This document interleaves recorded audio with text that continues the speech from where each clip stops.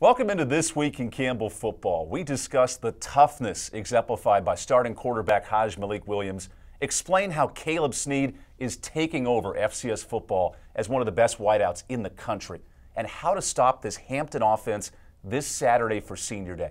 We break it all down on This Week in Campbell football.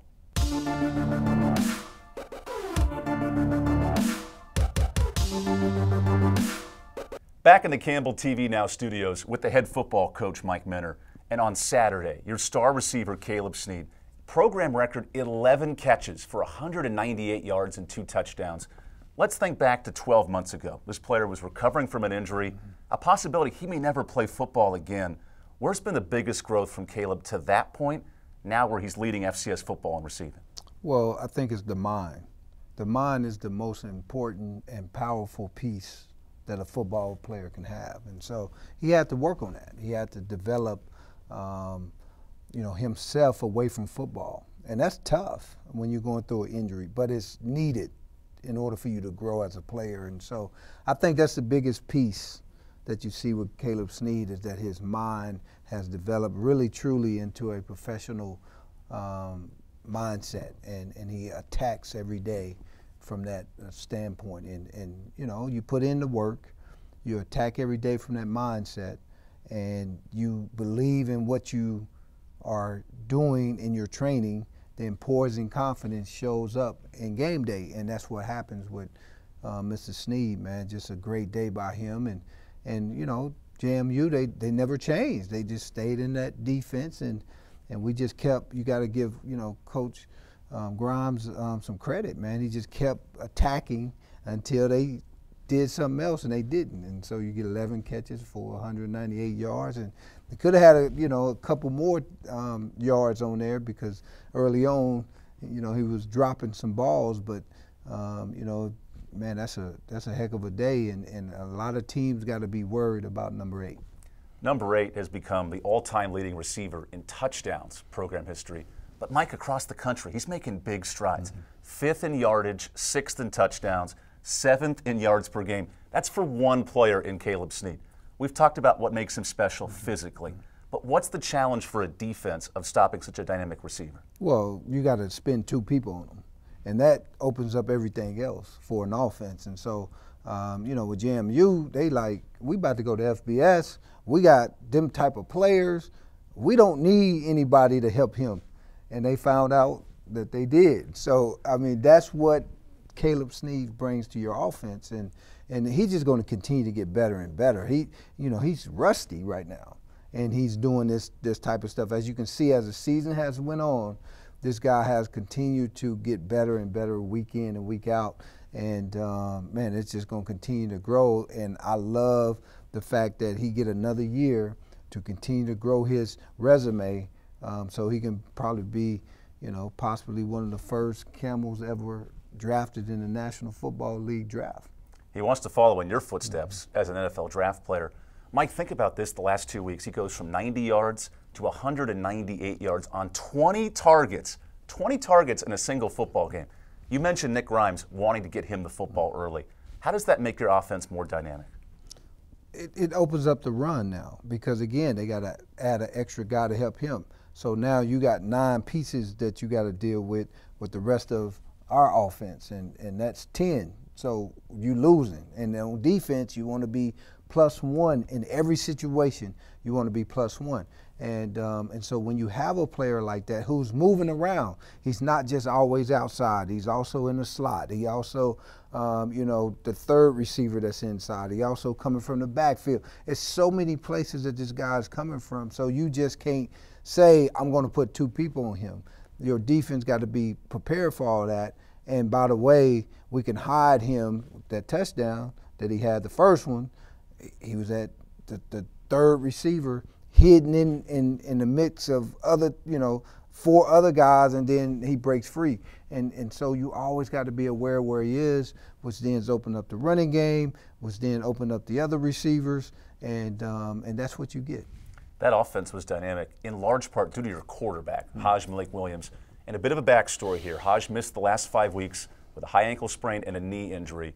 You asked your quarterback if he could play one final football game. Of course, as a player, You went through the Super Bowl with a broken foot, showing a level of toughness. Describe the level of toughness from your quarterback to play in this game. Well, Evan, you got to go to a different place in your mind to be able to play in a game when you're hurt and you're injured and you need surgery and all these things. But you have to put that aside, and that's what he did. He just focused on the moment. And if you can do that as a person, you pretty much can do anything you want to do in life, right? And this is what we're trying to teach young men. We're trying to teach young men how to stay in the moment, how to block out all the distractions, even pain, to then focus on your job and getting it done. And that's what he did. And, you know, just very, very tough guy. I already knew that, but this took it to a whole nother level. Now he's in my clubhouse, being able to, you know, block out injuries like that and still play. Man, that's just unbelievable. Haj, after the game, posted on his Instagram saying he wanted to play for his brothers, knew the pain was there, elected to play. What does that say about your football team when the captain puts it on himself to step up and play for his team? Well, you 60%, and you say it don't matter. If I have to go in for you guys, I love you that much. It says everything, right? It's a brotherhood, and guys are bought into each other. And when you bought into each other, then you can do whatever you need to do to make things happen. And so the culture of love, respect is there in our clubhouse. And so now, you know, at the end of the day, you know, we got to respond to what he did last week in these last 2 weeks to be able to say thank you for doing what you did for us. Now let's go win these 2 games for him. This Saturday is the senior day game for your team. Last home game at Barker Lane Stadium. Sort of neat, you honor 12 seniors, many of whom were part of your non-scholarship class in the Pioneer Football League. 5 to 6 years later, 7 with Matt Price, but 5 to 6 years later, you honor many of these seniors on Saturday. Describe what these players mean to your program. They mean everything because they are, you know, they've been there. They was there at the beginning of everything that we was trying to do at Campbell University in the PFL to then now transition from that to scholarship football in the Big South. These guys was an integral piece of that. And so their spirit is connected to, you know, what we've been able to do over the last, you know, 9 years. And so, you know, we're going to miss them. You know, their heart and spirit again have driven us to the places that we are today. Of course, it's a disappointment of those 4 games we just lost because you really wanted to win those games for these guys. But we got 2 more, and we're going to send them out smiling. I can tell you that. You are a coach who loves your players, and you see it on senior day with the hugs, the camaraderie. You think of players like Levi Wiggins, who've been multiple captains, Darian Slade, who returned from possible NFL opportunities to play for your program. What sense of emotion are you going to feel on Saturday when you send these players off at home for the final time? It's their last time playing at home, you know, for me, and so it's a bond. I mean, like you said, Matt Price 7 years, Slade 6 years, Levi Wiggins 6 years. You know, a lot of these guys, you know, I saw grow up, and I'm a big piece of who these guys going to be for the rest of their life, and they leaving home, right? And so that's the feeling you get when you talk about senior day. It's a neat matchup as well. Because let's face it, the quarterback position, it's going to be interesting. Wiley Hartley recovering from a turf toe, Haj Malik-Williams having surgery this week. Dylan Ernie is the 3rd string quarterback. Give us a sense of how the quarterbacks have responded in practice this week, and who do you think will start on Saturday? Well, you know, we'll find out on game day what's going to happen on Saturday, but you know, everybody's going to be prepared. And what I know is Coach Morris will have those guys prepared to play, prepared to do their job in the situations that they're going to be presented. And, man, we got to go win a football game. So we got the utmost confidence in any one of those guys that's going to come in and play for us to help us win a football game. That's why teams have 3 scholarship quarterbacks. You never know who's going to play, and keep an eye out for that on Saturday. Defensively, this Hampton football team, the highest scoring offense in the league, and the most yards per game in the Big South. What is the biggest challenge for your defense to slow down Hampton? It's the quarterback. I mean, he's the guy that makes everything happen. They got a lot of skilled guys at wide receiver. I think they got two good running backs that really complement what's going on. But it really it's about the quarterback and his ability to extend plays, his ability to get the ball to his playmakers like 11. 11 is a fast kid, very similar to number 8 that we saw with JMU. And so the key to me is that we got to contain the quarterback. Now that's easier said than done, but that's the key for us on defense is we got to start fast and we got to contain this quarterback and do not let him become Houdini out there like we did with Charleston Southern number 8. Okay, I thought Chambers became a guy that was, making big plays when they needed it. We got to contain this quarterback. I'm glad you mentioned Jack Chambers because Jet Duffy, the Hampton quarterback, set a Big South record with 5 rushing touchdowns 2 weeks ago. Both mobile quarterbacks. You just watched the tape from Charleston Southern. What are the biggest keys you're emphasizing in stopping Duffy as a runner and a passer? Well, you're not going to knock him out. So don't go in there thinking, I'm going to go in there 100 miles an hour and try to knock the kid out. What you got to do is wrap him up and put your big body around his little body and get him down on the ground.